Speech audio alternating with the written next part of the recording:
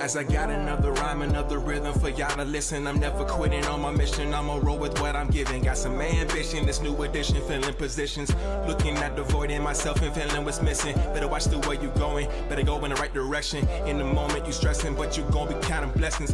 And I know that for certain. Keep on working, open curtains, haters swerving, cause they ain't ready for your final version. Whoa. I'm never gonna give up, fall down, I just gotta get up, yeah.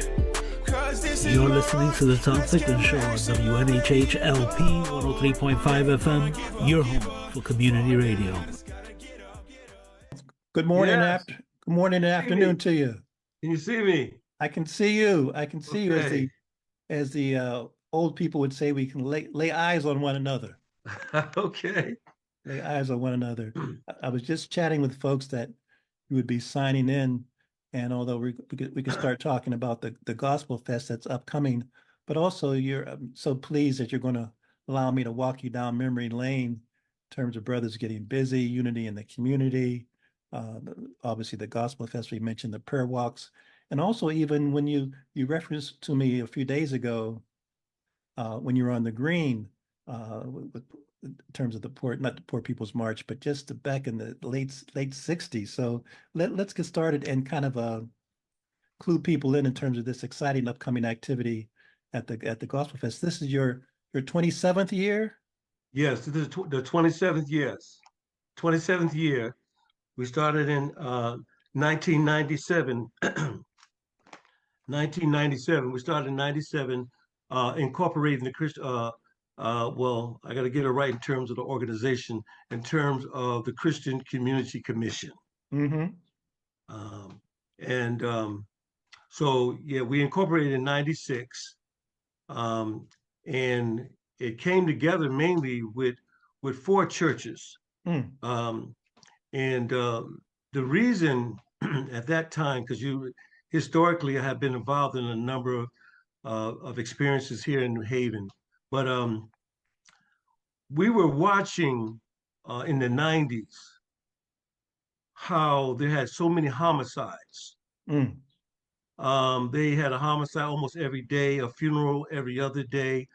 And what it was that I had been there one time before with brothers getting busy back maybe 89 and 90, but it seemed like in 96, 97, again, it began to rise again, the shooting. Yes. And and I had joined Wayfaring Ministry in Hamlet at that time in the 90s. And one of my thoughts was that if we in the church were going to talk about moral obligations and foundations that the churches were preaching about every Sunday, what good would it be to just do it consistently inside the walls? Yes. So the creation of the Christian Community Commission came alive between myself, Apostle Brunson, Reverend Scott Marks, and Miracle Temple, which was Pastor Morrison. Mm-hmm. So we decided that what we would do as the churches was begin doing prayer walks into the neighborhoods where the violence was. Yes. And take us fast forward to the dates again. I want to tease. We'll mention several times what's this upcoming exciting event you have at the Gulf Street Park. Okay, so you want me to give you the dates of the festival this year, or yes, we're this still year. back? Well, we're still back in history. We'll go back in history, but I want to tease people throughout so they can jot down and not forget what's upcoming. So okay, the upcoming festival will be August the 3rd and the 4th back at Gulf Street Park. This will be the 27th year, and each day it will begin from 1 o'clock to 8:30 in the evening on both days. There will be an early morning park service from 11 to 1 on Sunday, August the 4th. And tease people with some of the performers. I mean, when I looked, every year it's been a tremendous lineup, and just super kudos to you year after year after year. And not to say that this year is going to be one of the best, but this year you got some highlights, man. You got some stars coming in. Yeah, we're honored to be able to have this year on Saturday. First of all, there's going to be 25 other artists that are going to be performing during the course of the 2 days. But on Mm, Saturday, August the 3rd, will be um, uh, Bishop Norman Hutchins. He's a national performer that will be going on at 7 o'clock.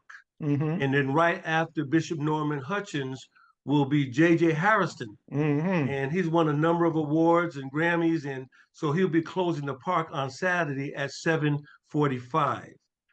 On Sunday, you'll begin to get, the stage presentations of a number of different artists, a lot of quartet groups, if you like mm-hmm, quartet, and mm-hmm. a number of other artists that we're going to be having. But at 7 o'clock, the national performing group will be women, and they're called Risen, and they go Mm, on at 7 o'clock. mm-hmm. And the nationally acclaimed, award-winning Luther Barnes will be closing the park at 7:45. Boy, that gives me a chill. I tell you, it crosses the genres and the age groups and just our musical magic. That's just really fascinating. Really Yeah, and fascinating. we got a little gospel hip hop for the young people on Saturday. Mm-hmm. Between the hours of there's actually going to be a contest between 5 and 6:30 for the young people to come out, and so we can articulate gospel in the hip hop musical form. See, that's fantastic. Okay, so let's take a deep breath and take me back to the New Haven Green. It must have been in the late 70s when Yes.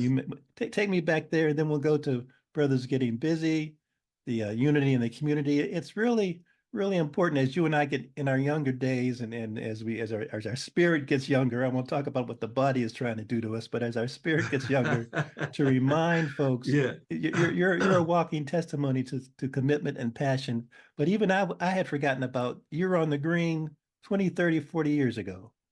Yeah, matter of fact, I have the clipping right here, the actual clipping. I don't know if you can see it. Mm-hmm, mm-hmm. Um, Actually, this was on the green. This was the turnout on the green on May the 15th, 1977. Mm, Um, Again, Tom, I've always believed that self-help is the key to change. mm-hmm. And I still believe that today.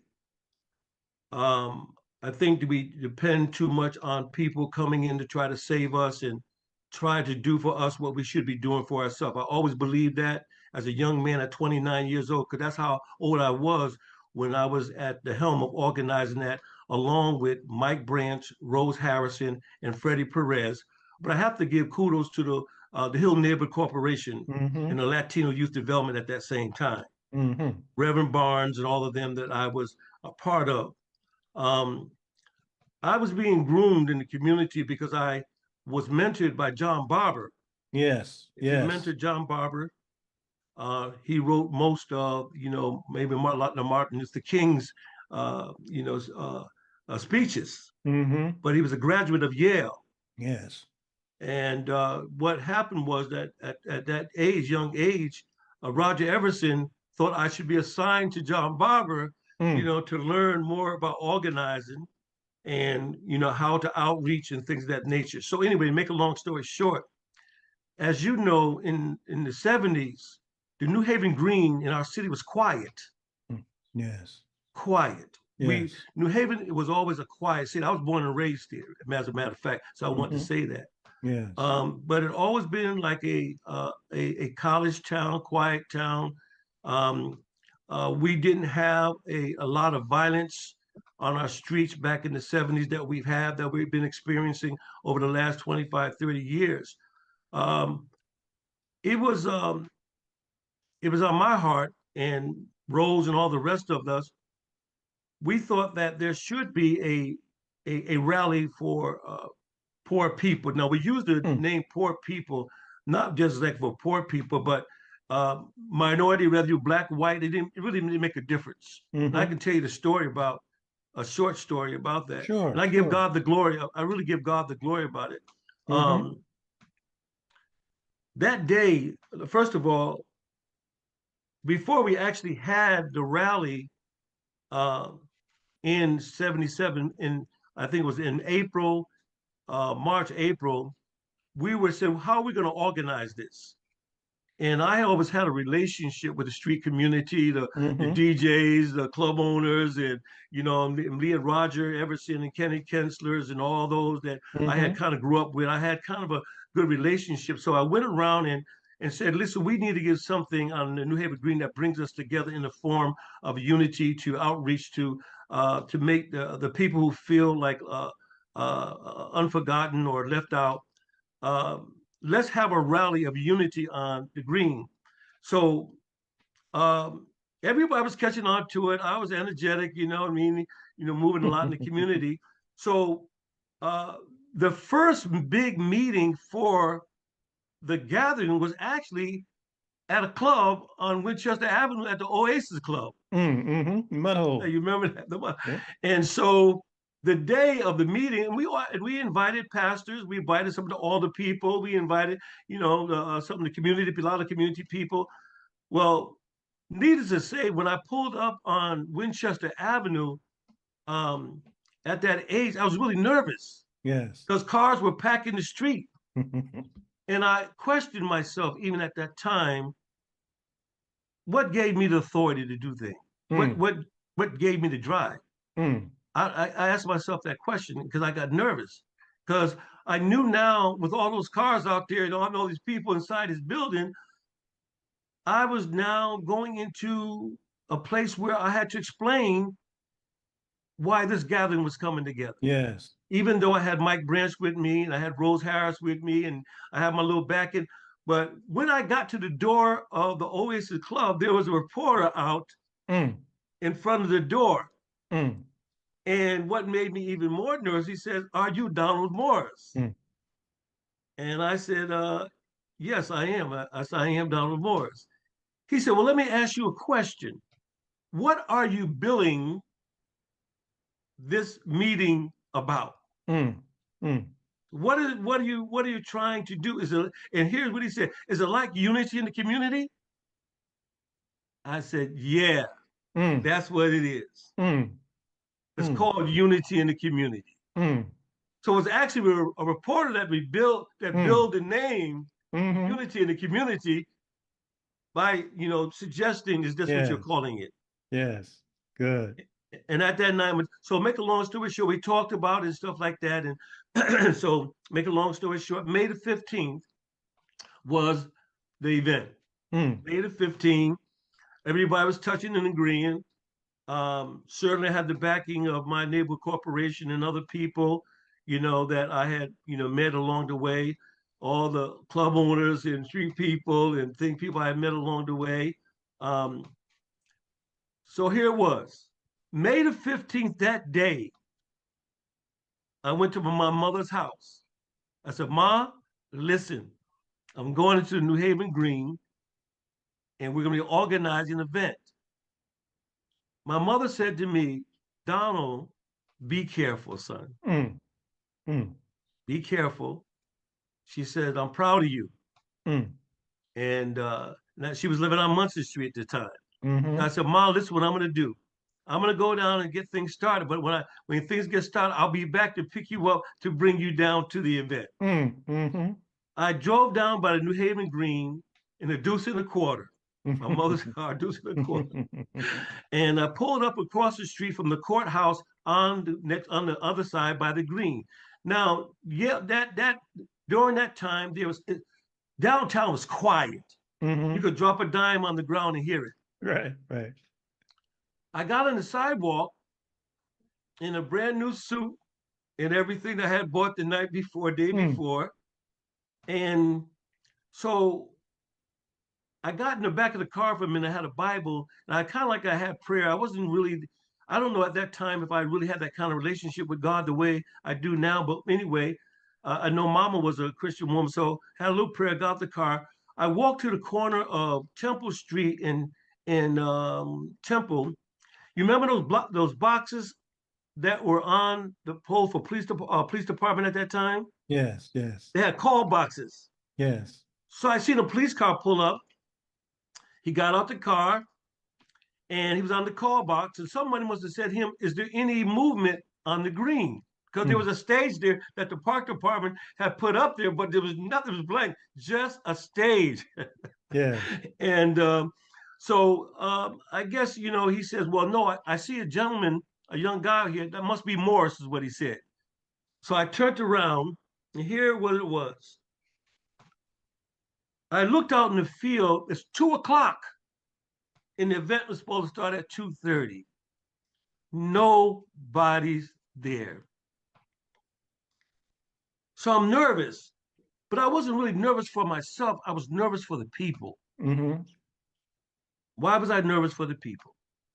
Because if the people weren't going to take their condition serious enough to turn out for an event that was about them, then it was useless Yes. as far as I was concerned. And I took what we were doing serious. But in the middle of the field, there was an older white woman who came in the middle of the field about 20, 30, 40 feet out from the stage. She opened a little chair and she sat down in the chair and she was knitting. So I said, well, maybe she's seeing a flyer, because all it said on the flyer was a Poor People's Rally. Mm-hmm. So I walked easily over by her, and all I wanted to hear from her is, I seen the flyer, I'm here early. I needed that. Yes. I needed that. But anyway, I said, what made you sit here in front of the stage like this? And what she said was, oh, it just seemed like a pleasant place to sit. I seen the stage there, and I just wanted to come here and knit. Mm. My heart dropped a little bit. I said, well, you sit right there. We're going to have a Mm-hmm. great event today. It's on its way. Tom, by the time I left her and walked back to the sidewalk, I turned around and she was gone. Mm. Mm. She was gone.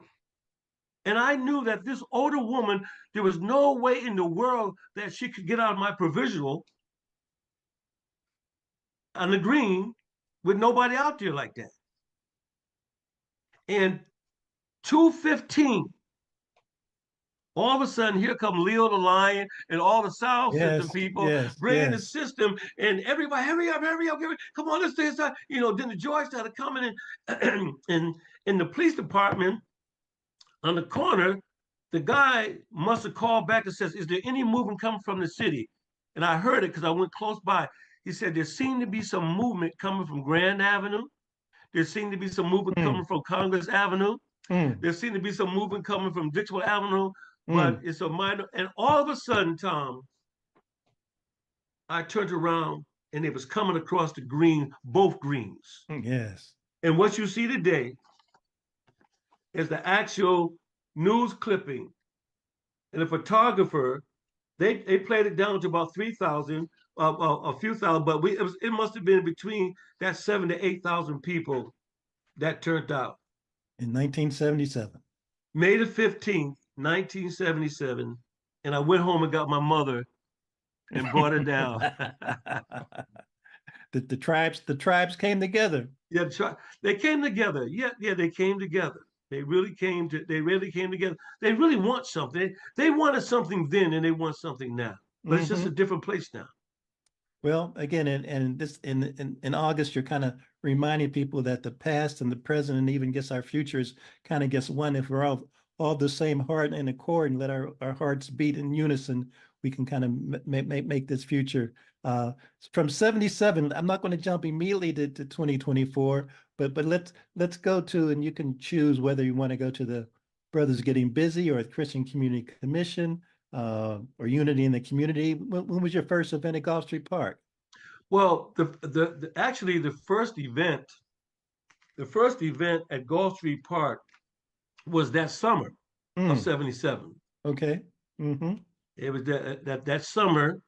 We thought we wanted to go celebrate in a different kind of way. See. And so what it was is that I had actually grew up in Gulf Street Park as a teenager, young man. And so the festival was a 4-day festival when we first started. It was Thursday, Friday, Saturday, and Sunday. Can you imagine that? Mm. But we had a lot of entertainment back then. We had a lot of instrumental bands back then, Yes. a lot of choir, a lot of jazz musicians. Yes. We I don't know if I don't know if people really realize that New Haven used to be the jazz capital of Connecticut. Yes. Yes. Jesse Hameen kind of talks about that Yeah, just yeah, when you mentioned absolutely. Leo the Lion. Hmm. Absolutely. And Gold Stars. so yeah, so we had an abundance of musicians, abundance of bands. You know, they're trying to copy Cool in the Gang, and you know, the Earth, Wind and Fires, and you know, all the groups that were out there, the Commodore. So everybody was trying to emulate. Mm-hmm. We had the church choir, Vernon Jones, and all them, the Yeah. unity choirs, and so we had the churches. We had a very strong impact back there.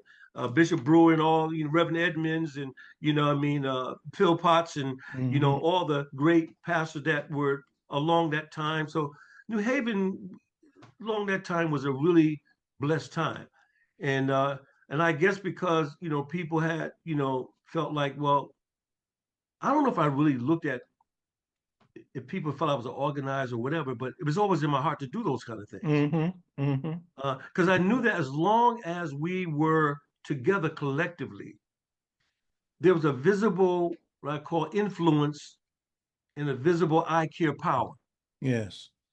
Um, and we weren't seeing a lot of that being done outdoors and in our communities the Mm-hmm. way that I've had the experience to be able to participate with others to make that happen.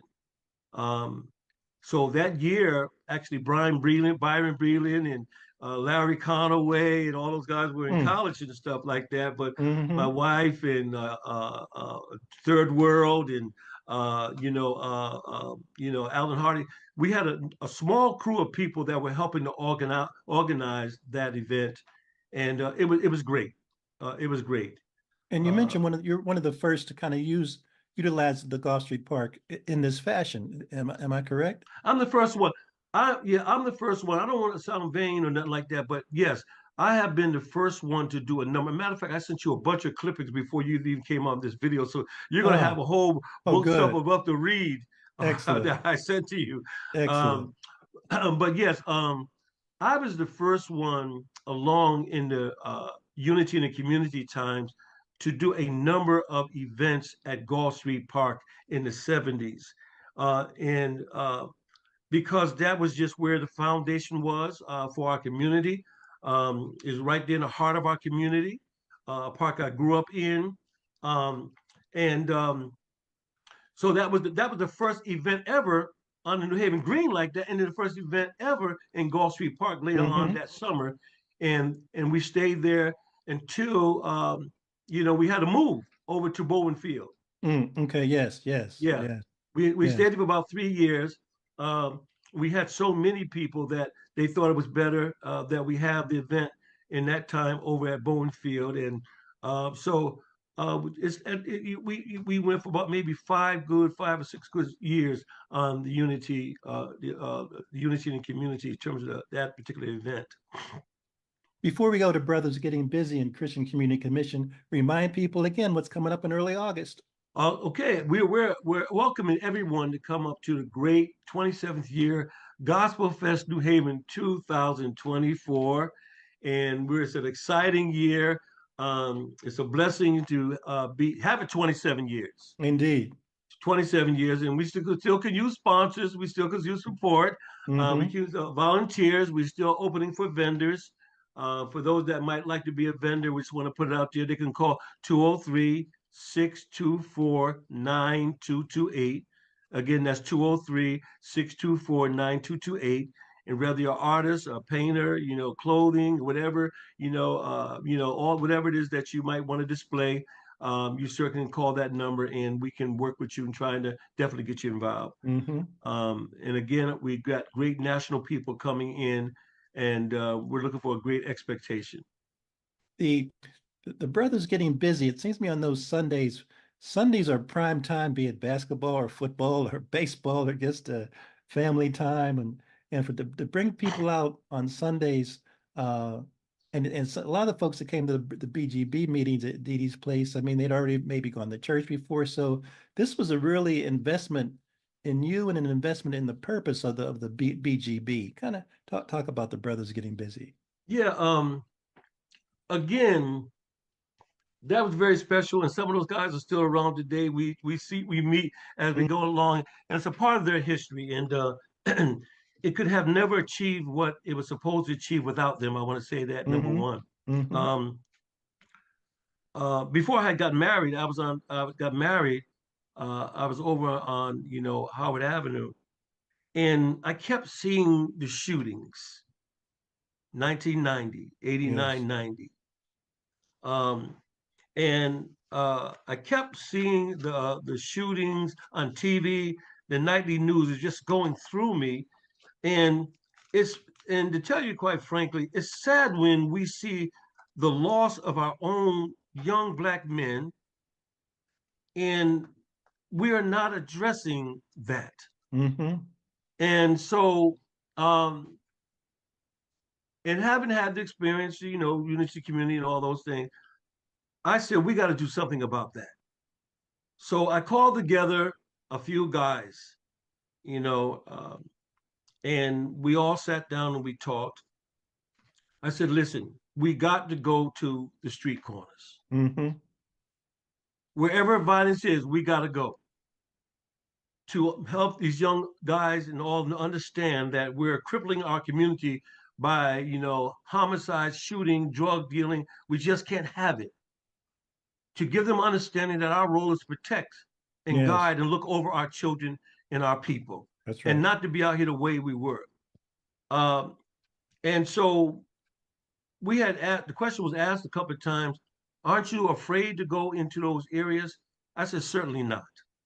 Because I feel like, that every area that I go into, first of all, I relate those people as my brothers and sisters. Mm-hmm.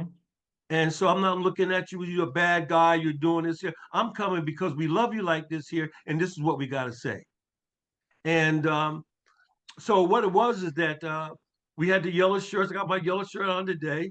Yes. And what it is that, so we started going out, but we knew also that we needed to do like a weekly coming together of dialogue.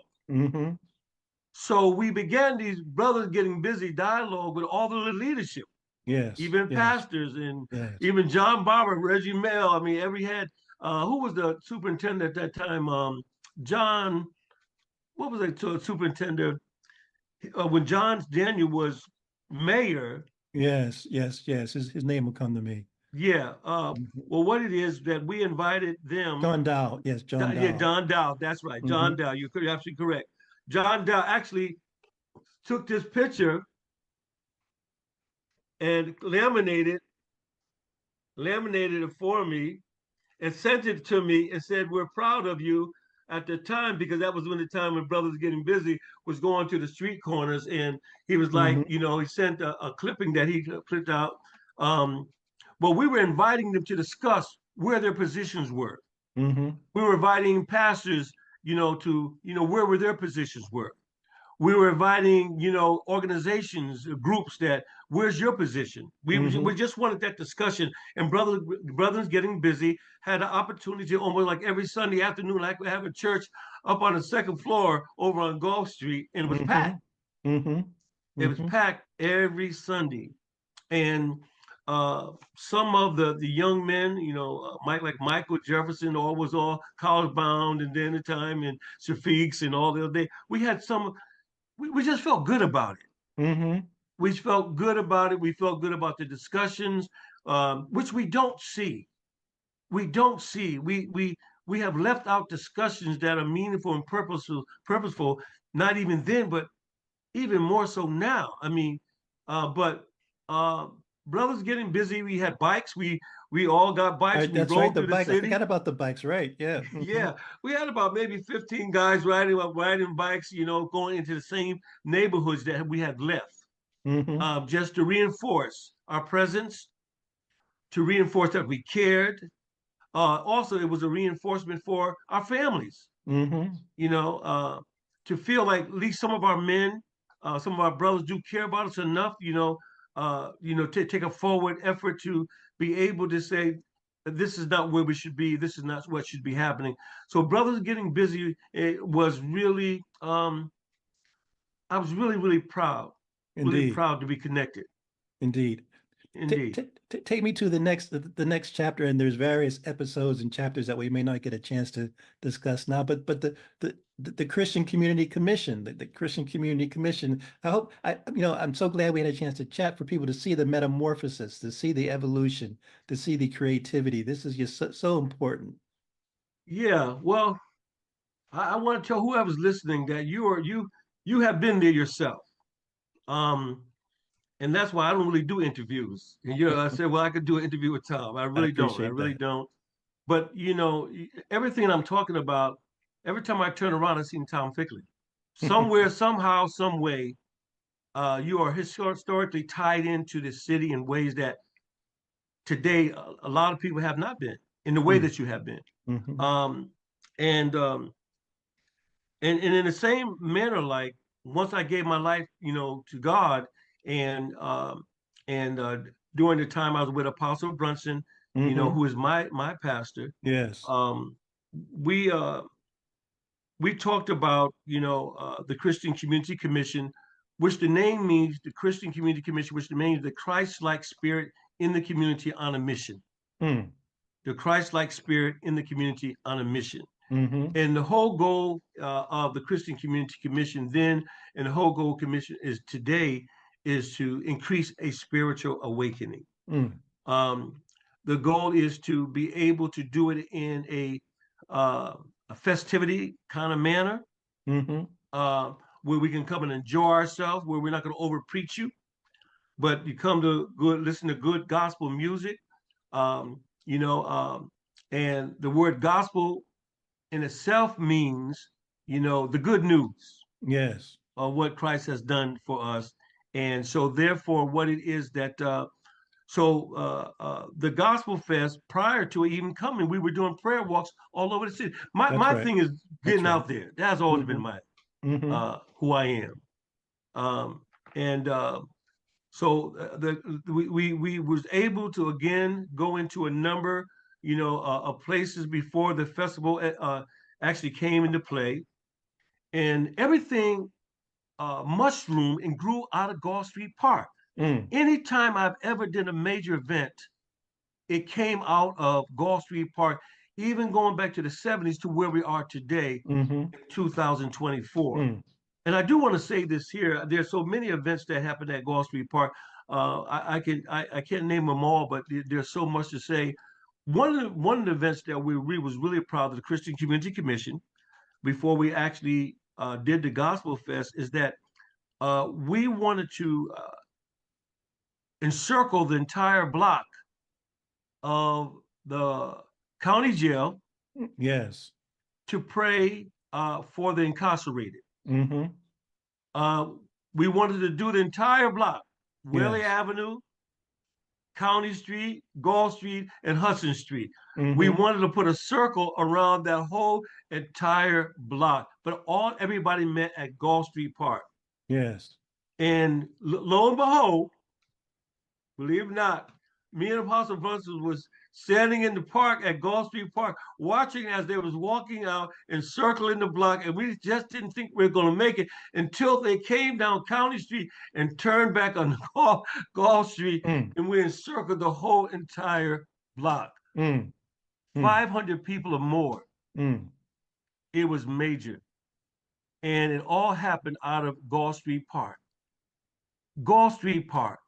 The Gale Fields, what they called it. But when I Mhm. was coming up, it was called Beaver Pond Park. Mhm. Mhm. When it used to be a little pond in Gulf Street with a little run around circle thing you could run around and then jump on it and it would twirl around Right. before the basketball court was even there. Yeah. Uh, Very peaceful park. And because I grew up on Carmel Street, all my friends were on Hudson Street and Sherman Mhm. Avenue and Mhm. all around that area. So we all used to get over when we were 13, 14, 15 at Gulf Street Park. Right. Indeed. Yeah, you know. And Talk- so again, coming back, I'm talking about Christian Community Commission. So the Gospel Fest is an offshoot of bringing the churches together and everybody else together to enjoy a weekend of fun, educational information, to honor the music that came, the Mm-hmm. gospel music that came before us in our history, and to inspire, to move forward, you know what I mean, and to increase people and to build a relationship with God. Indeed. This year, our theme is for the Gospel Fest. We don't put a lot of themes on the Gospel Fest as we went along. We've had a few themes, but this year, the theme, the spirit of the theme is, the power of prayer. Mm. Mm. The power of prayer. Now, we're not telling anyone to seek out a certain denomination. We're not telling anyone, what they should do as who they pray to, but I pray to Jesus. My relationship with Jesus Christ. And the thing is that I'm non-denominational, but I do know we're living a time where the reality is that prayer has power. Mm.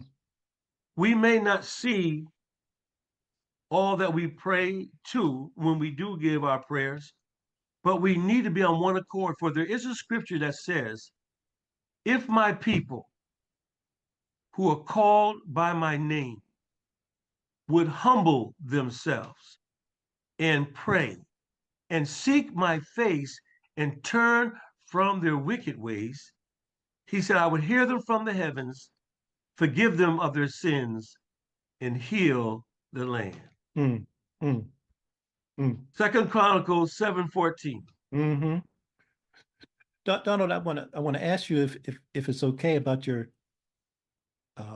Damascus Road experience or the conversion, if you will, or you can phrase it any way you want. But before I do, share with folks a little bit about the breakfasts at the COC.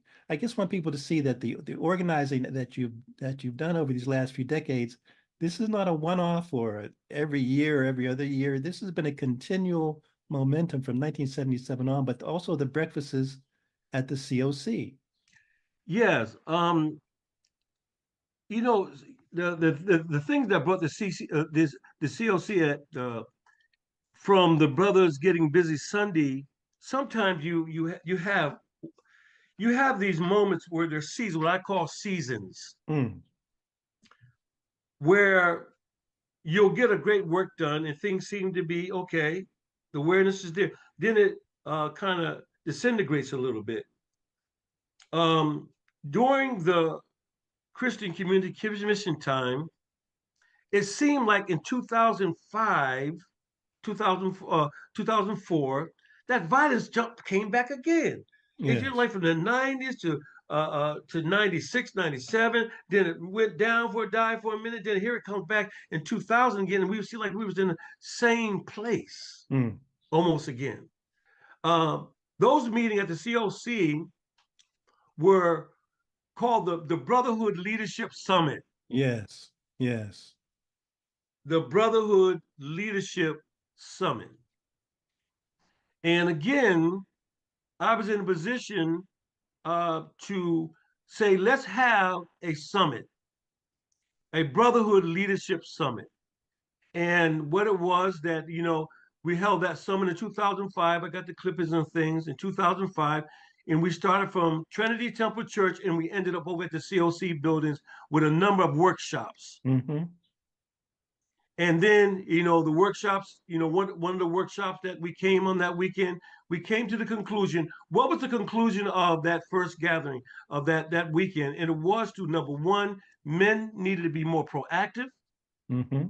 Two, that we needed to be more engaging in our communities. And three, that we needed to be in some kind of consistent coming together on a monthly basis. Yes. And that's when we began to have those monthly Brotherhood Leadership Summits over at the COC building. It was important. It was really important. And I've had a lot of energy, and I give God the thanks for it. I've just been a consistent energy because I just never wanted to see us go to sleep. Mm-hmm. You Mm-hmm. know, and I've been around a lot of good people. I mean, I give props to a lot of great, wonderful people. Yes. Yes. You know what I mean?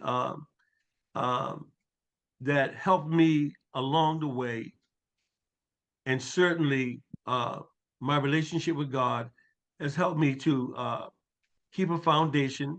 Um, I've been with my wife for 45 years now. Amen. Amen. We're Amen. indeed been together 45 years. Mm-hmm. We got married in 2000, but we had a son and Mm-hmm. things. But and I'll say this here too, which you probably didn't hear of. Um, at Bethel Church, not Bethel Church, but at Bishop Brooks Church. Beulah Heights, uh-huh. Yeah, Beulah Heights, just actually before the COVID. I had a breakfast there with all of the leaders. I mean, you said, well, who all the leaders were? Well, everybody was there, but you had at that time Campbell, chief of police. Mm-hmm. You had Higgins from Yale University, chief of police. You had Mayor Tony Harp, Mm-hmm. Scott Marks, Scott X, Mm-hmm. Bishop Brooks. We had, we even had Kimber. I invited Kimber Mm-hmm. at that Mm-hmm. particular one. Mm-hmm. What I mean? And we actually had Karen Walton Du Bois. We had, Mm-hmm. we had Gary Holder Winfield. We had, Tony Harp. We had not Tony Harp, Tony Walker. Mm-hmm. We had Robin Porter at the breakfast, and that morning of the breakfast, I told my son to go outside and find me a brick. Mm. He said, Dad, why do you want a brick? I said, just go find me a brick and Yes. clean it off and bring it to me. Bring it to him. I'm taking it to the breakfast. Yes. So I took the brick and I put it in a bag. When I got over to the breakfast, um, which was the first breakfast, when I got over to the breakfast, I put the bag in the middle of the floor before anybody came, was sat down for the breakfast, and the breakfast tables were set up in a square. So even some of my guys that were with me asked me, did I ever want to move the bag? I said, no, leave the bag, it's okay. Mm-hmm. So when it came time after Brooks spoke and Walter spoke and Karen spoke and Scott Mark spoke and Scott X spoke and everybody did a little speaking, then it got time for me to come up and have a few words. I said, well, I'm not going to be with you long, but I said, everybody's looking at the bag, right? Everybody said, yeah, one of them was in that bag. So I reached in the bag and I pulled out a brick. I pulled the brick out. And I gave them the scripture of the woman who had committed fornication and was thrown before the Lord. They said to stone her Mm-hmm. because she had committed fornication, adultery. And so therefore what it was, and they asked Jesus, should we brick her? They just wanted to be able to see what he was going to do. Mm. And so, as you know, as a man of God, actually, a Yale theologian. I don't know if people know that. Would you continue with your stories, please? That's another show. Anyway, make a long story short, is that the brick was that I said, no one threw the brick at the woman. Mm-hmm. Because it was said that first one without sin cast a stone. Yes. My message was, we're good brick throwers at one another, even at leadership. Mm. We spend more time throwing the brick rather than taking the bricks and building from it. Mm. And that was one of the reasons why I really had that done as an example as at that first breakfast. And the second breakfast, I brought a basketball and had it in the bag, and there was one with it. So it came time for me to speak. I pulled the basketball up. That was the second breakfast. Mm-hmm. And I passed the ball to Brother Higgins. Yes. At that time, because he was there. I threw the ball to him and I said, Brother Higgins, now the ball's in your hand. What are you going to do with it? Mm. What are you going to do now the ball? What does a leader do when the ball's in his hands or in her hands? Mm-hmm. You wanted the ball. You said, if I can just be in that position and do such and such a thing, I'll do this. Yes. But once the ball is in the hand, the question is, what are you going to do with the ball that you have in your hand? And I said, like, from a basketball perspective, No one wanted you to throw the ball. You was always on the side. And here we are, the last few minutes. The score is tied. Now it's your chance to. What are you going to do with it? Are you going to pass it or what? Mm-hmm. The next day, Higgins gave me a call. He said, Pastor Morris. He said, I went home and told my wife. I hope you don't get mad at me. So I went home and told my wife. I said, we was in the breakfast this morning, and Pastor Morris sent me the ball. And he asked me, what was I going to do with it? And he said, I never really thought about it from that perspective. Mm. And he said he came to the conclusion that while being a leader, he was more of an introvert. Mm. Carry most things on the inside and only release them when necessary. We have a lot of leadership like that. Mm. For whatever reason, they hold a lot of gifts, but never release them unless they're motivated. I give God the honor, but because I believe and hope that He has used me as an example. In many cases, I've been blessed to do a lot of things. I'm still here today to be able to do the Gospel Fest. The park, like I said, I want to see that. I mean, let's talk. Let's talk about the park, and not only just the park, but the infrastructure of the park, and really that magnificent structure that, correct me if I'm wrong, but you were instrumental in the stage being erected. But I want to before we conclude, let's give a shout out to and an homage and really recognition to your running buddy. I mean, you mentioned every name you mentioned is of equal stature. But it seems to me that a short person, you can tell him I said so, Mr. Brunson, Reverend Brunson. Yes, yes. Let's lift up his name a little bit. I mean, he's been putting some air underneath your wings. So it seems to me absolutely. And forgive me for not doing that. So much has been so much going on. But yes, especially during the Christian Community Commission, he was very instrumental. He is my pastor. There's a story even leading up to that, but you end up saying that's another whole story. But yes. Apostle is the chairman of the board of the Christian Community Commission. I am the executive director under the Christian Community Commission. And we have, our board, some of people have passed on since we first started, but the thing is that he has been a major, major inspiration to everything that I've done, particularly from the 90s up until even to today. Him and I are like, someone calls Mutton Jeff. Indeed. And so what it is that for years, Apostle Brunson and I and the board, we've had our office over at 316 Gulf Street, right across from the park. And so we was able to look out that window every day and look at the park and the structure of the park. And had it not been for Apostle Brunson and the board, we said it was just a challenge every year to get a stage, a mobile stage to come out and put out on the court. And, we had Yolanda Adams that year and Donna McClurkin came the following years. We had some really heavyweight people coming, and it just didn't seem right to put them on a mobile stage with the national appeal that they had. Yeah. So we had gotten a guy from Yale.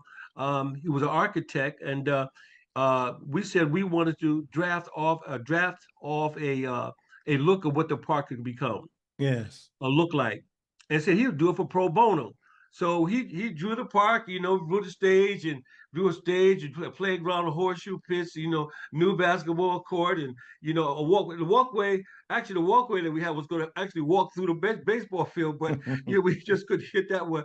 But anyway, at the time that we had gotten it done, it got out that we were putting together a pro bono look of Gulf Street Park, and we had a big meeting over at Hill House High School with the community and everybody. We brought our design, and Bob Sheenley. Bob Sheenley was the director then of the park, and they came out with something that they thought, but at the time, we, everything went well. We said, we definitely said this is the way we would love to see the park.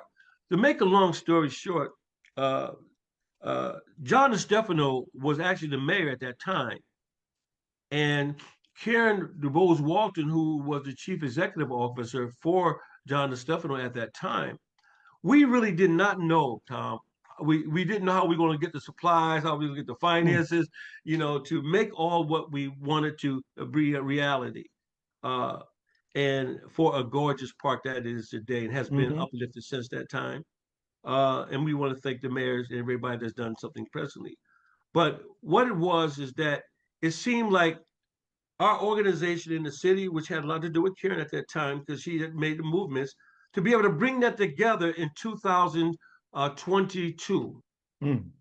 2022, right after, we had, I think it was Donna McClurkin in that year, and maybe who else we had? We had a lot of people at that time. Then Popeye's Chicken and Biscuit came in. Well, Mm. but anyway, make a long story short, the festival was coming up that Yes. year. And we had, I forgot who we had. We had Karen. We had somebody really big coming. A few people coming in big.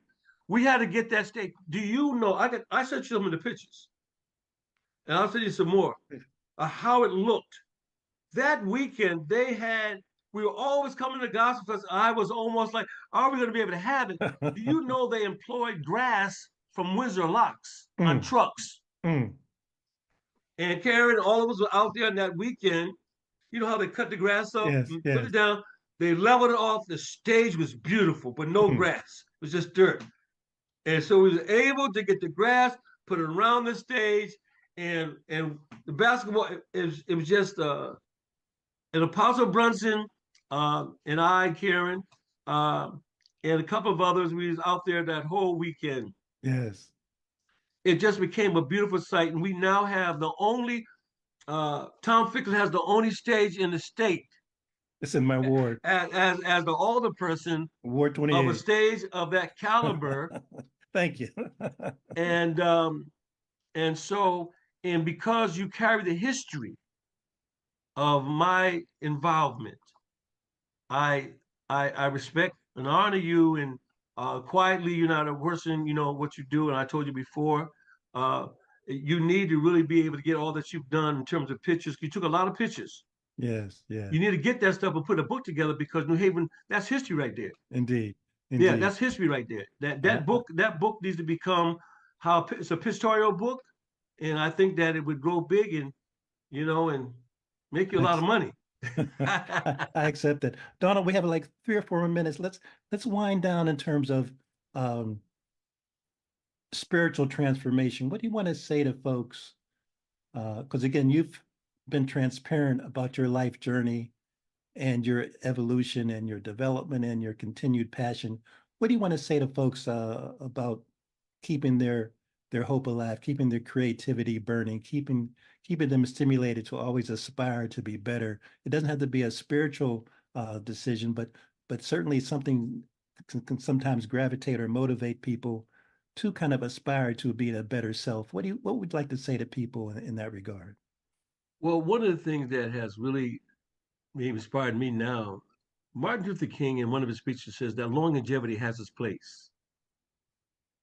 Um, and that means that there's a preciousness of life Hmm. that we should not take for granted. Mm-hmm.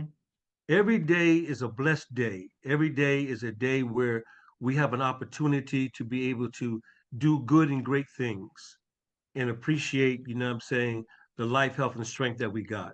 Hmm. We live in a country that most people wish that they did live here and are trying to get here. So my thing would be number one is that, like, um, if you believe in the sun, in the moon, in the stars, that man did not take a ladder and go put them up there every night. There's someone responsible for that.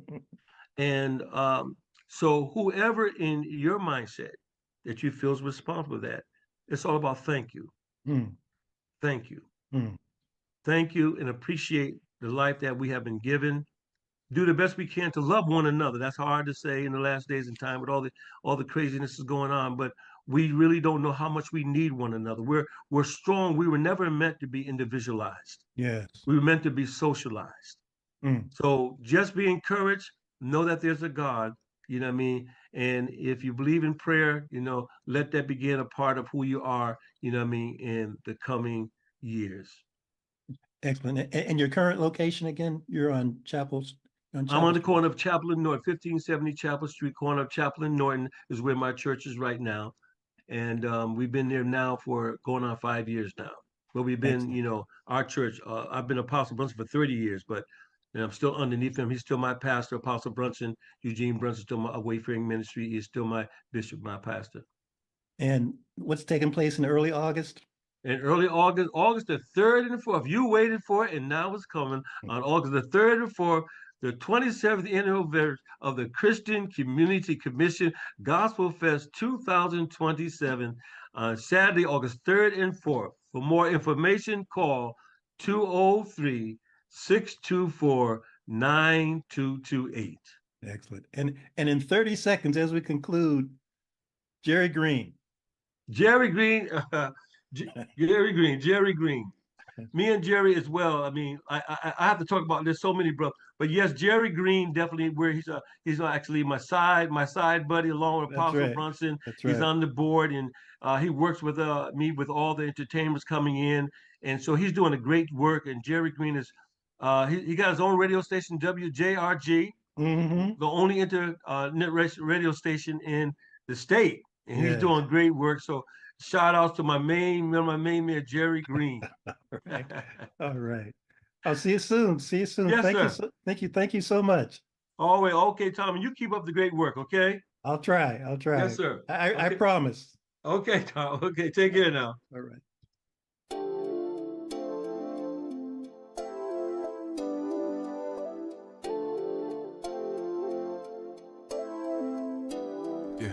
As I got another rhyme, another rhythm for y'all to listen. I'm never quitting on my mission. I'ma roll with what I'm giving. Got some ambition, this new edition, filling positions. Looking at the void in myself and feeling what's missing. Better watch the way you going, better go in the right direction. In the moment you stressing, but you gon' be counting blessings. And I know that for certain. Keep on working, open curtains, haters swerving, cause they ain't ready for your final version. Whoa. I'm never gonna give up. Fall down, I just gotta get up, yeah. You're listening to the Tom Ficklin Show on WNHH LP 103.5